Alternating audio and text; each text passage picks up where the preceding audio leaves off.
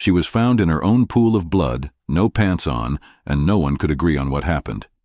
Did she jump, or was she pushed?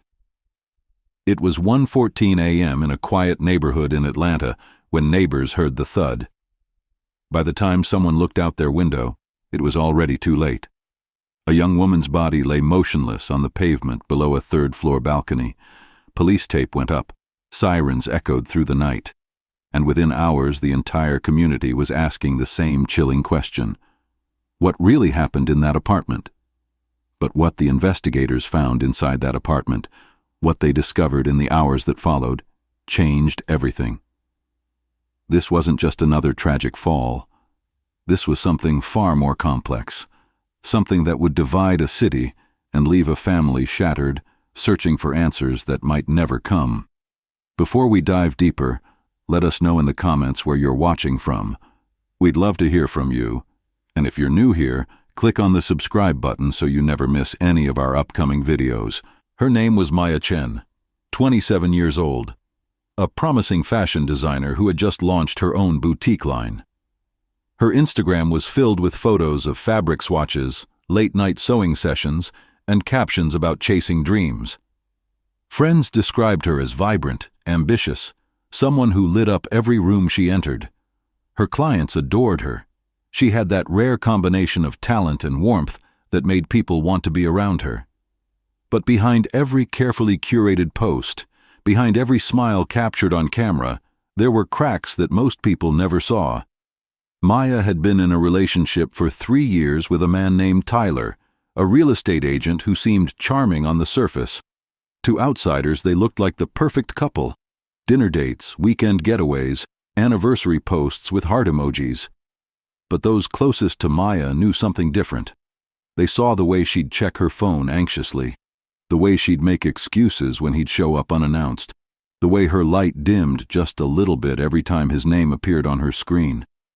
Her best friend Jessica later told investigators that Maya had confided in her just weeks before her death. She wanted out. She wanted to leave. But she was afraid of what might happen if she did. Maya lived in a modern apartment complex in Midtown Atlanta, the kind of place with a coded entry system, security cameras in the lobby, and neighbors who mostly kept to themselves. It was supposed to be safe. It was supposed to be the kind of place where a young woman could build her life without fear. On the night of her death, the building was quiet. Most residents were asleep. It was a Tuesday, unremarkable in every way except for what was about to unfold on the 3rd floor. Unit 304, Maya's apartment, the place she'd decorated with plants and vintage furniture, where she'd built her dreams one stitch at a time. But on that night, safety was the last thing anyone felt, because what happened in that apartment between midnight and 1:14 a.m. would leave more questions than answers, more suspicion than clarity, and a community forever changed by the sound of a body hitting concrete. Neighbors in the surrounding units heard arguing around 11:30 p.m., raised voices, a man and a woman. One neighbor, an elderly woman named Mrs. Patterson who lived directly below Maya, said she heard thumping, like furniture being moved or someone pacing heavily. She almost called the front desk, but decided against it, thinking it was just a couple's quarrel that would blow over.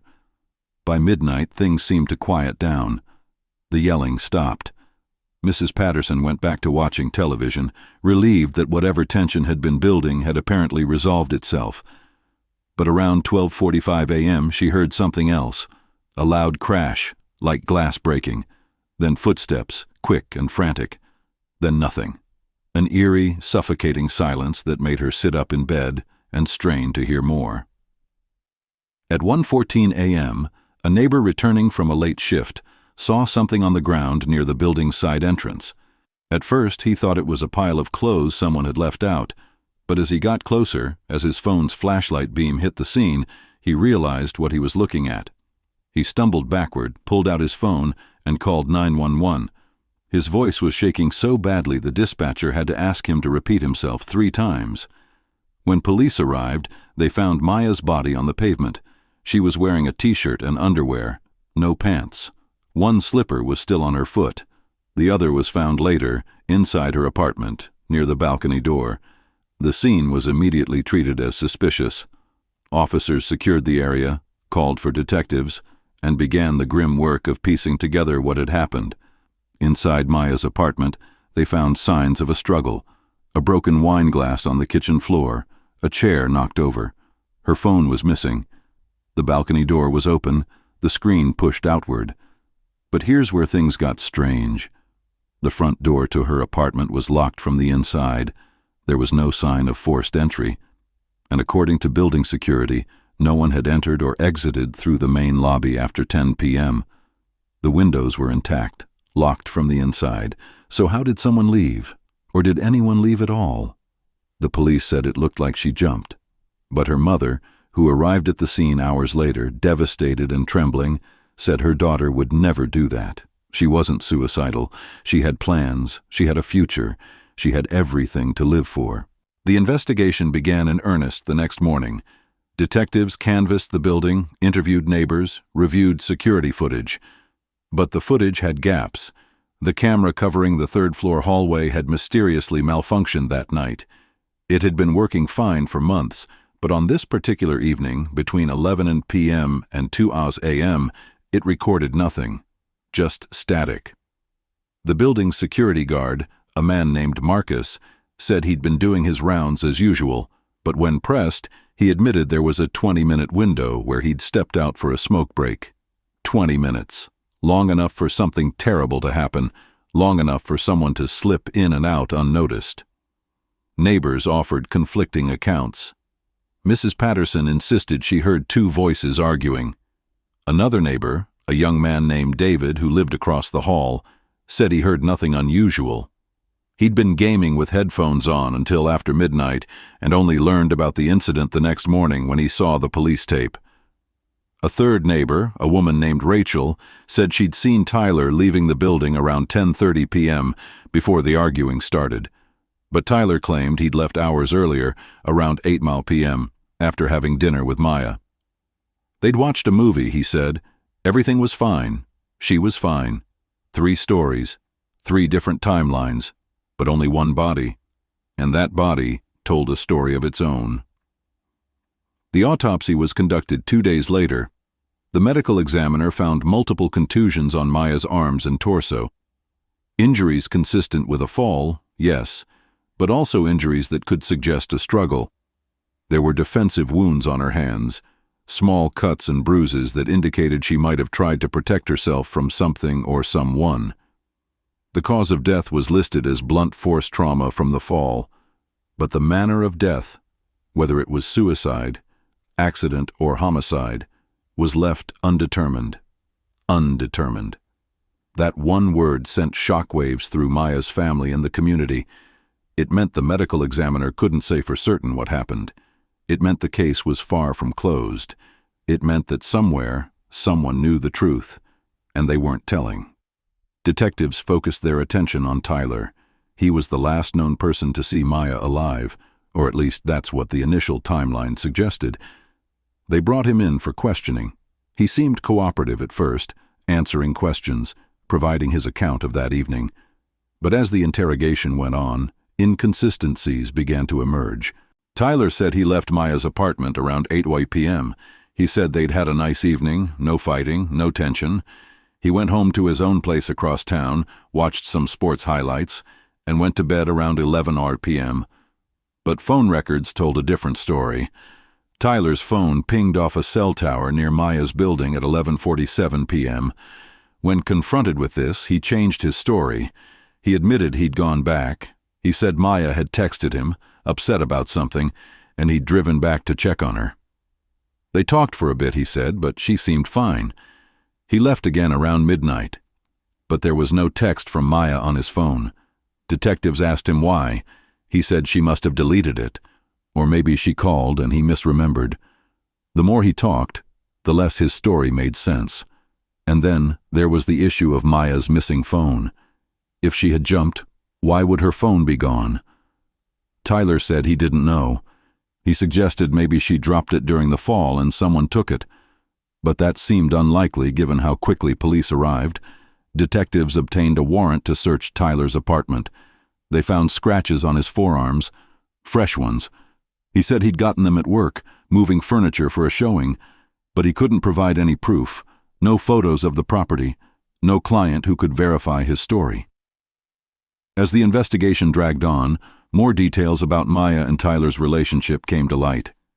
Jessica, Maya's best friend, told detectives that Maya had been planning to break up with Tyler for months. She said Maya felt trapped, controlled. Tyler would check her phone, question her about where she'd been, who she'd talked to. He'd show up at her apartment unannounced, claiming he just wanted to surprise her, but it wasn't sweet. It was suffocating. Maya had confided that she was scared of how Tyler would react if she left. Jessica showed police text messages from Maya. One read, "I can't keep doing this. I feel like I'm losing myself." Another said, "I'm going to tell him this weekend. I just need to find the right moment." That weekend was the weekend she died. Detectives also discovered that Tyler had a history. A previous girlfriend had filed a restraining order against him 5 years earlier, citing harassment and threats. The case had been dropped when she moved out of state, but it painted a troubling picture. Tyler's attorney argued that past allegations didn't prove anything about this case, but the prosecution, once charges were eventually filed, argued it showed a pattern of behavior, control, possessiveness, an inability to let go. Then came a breakthrough. Investigators recovered Maya's phone. It had been found in a dumpster 3 blocks from her apartment building, wrapped in a plastic bag and buried under trash. The phone was damaged, but forensic technicians were able to extract some data. What they found was chilling. Deleted WhatsApp messages between Maya and Tyler from the night she died. The messages had been deleted from both phones, but fragments were recovered from the cloud backup. In them, Maya told Tyler it was over. She said she couldn't do this anymore. She wanted him to leave and not come back. Tyler's responses escalated quickly. First, pleading, then anger, then threats. One message read, "You can't just throw away 3 years like it means nothing." Another said, "You'll regret this." And then, the one that made everyone's blood run cold, "If I can't have you, nobody can."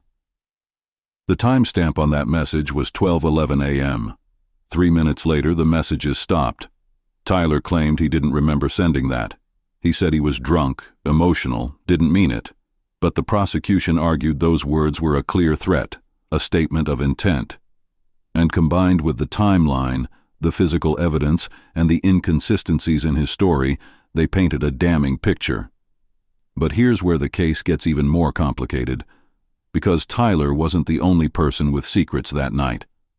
As investigators dug deeper, they uncovered more layers to this tragedy.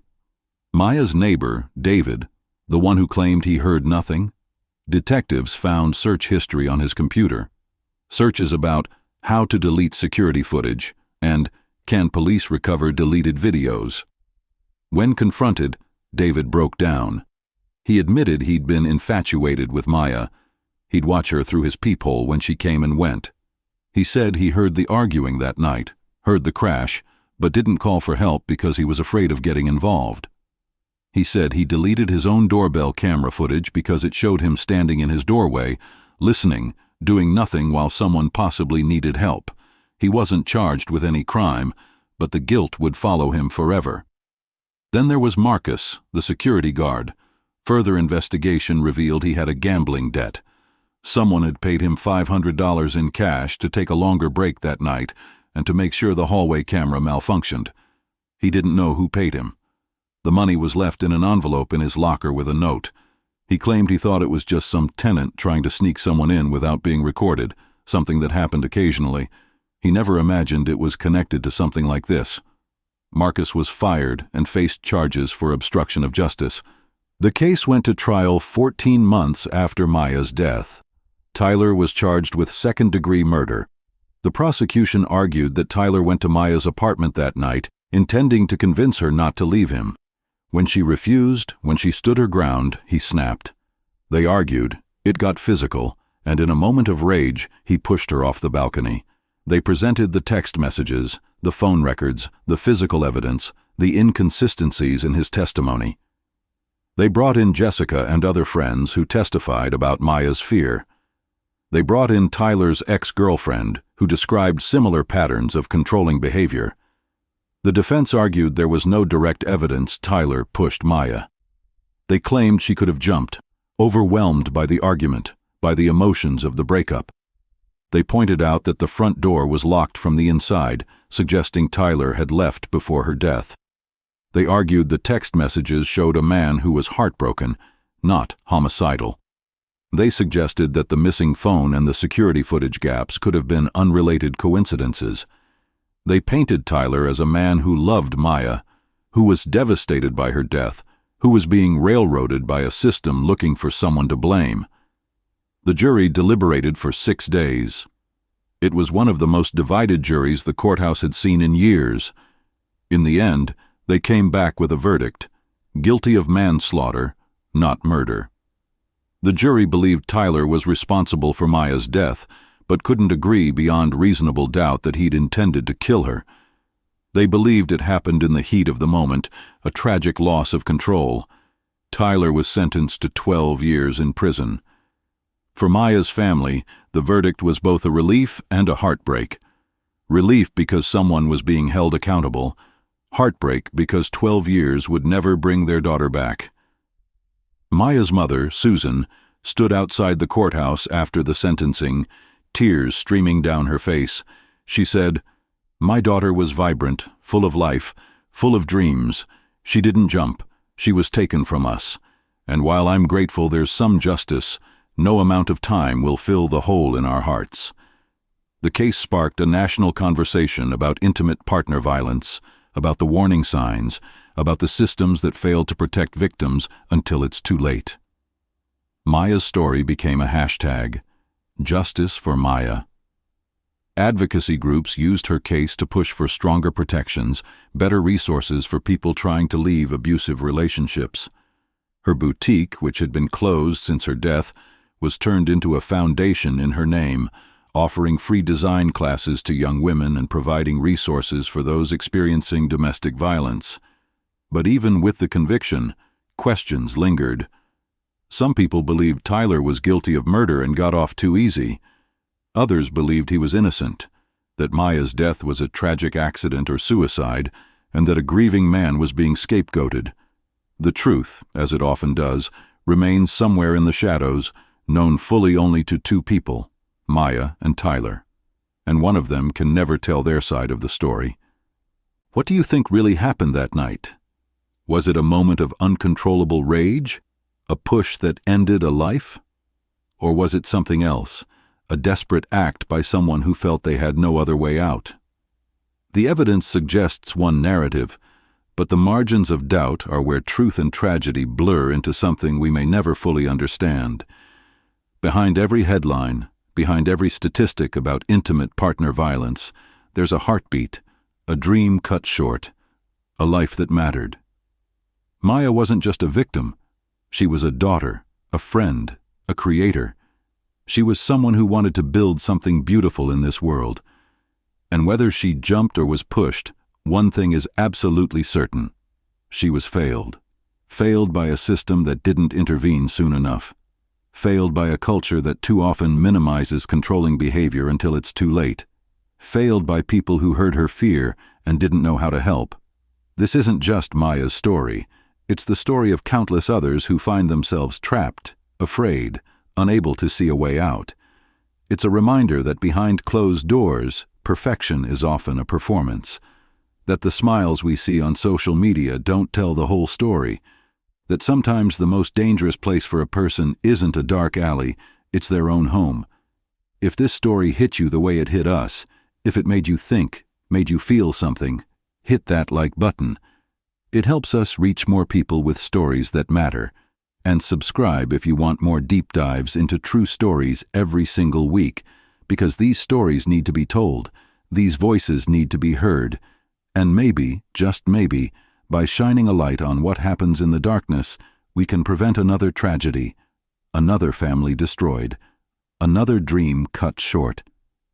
Thank you for watching. And remember, if you or someone you know is experiencing intimate partner violence, there are resources available. You're not alone. There is help. There is hope. And there is always a way out, even when it doesn't feel like it.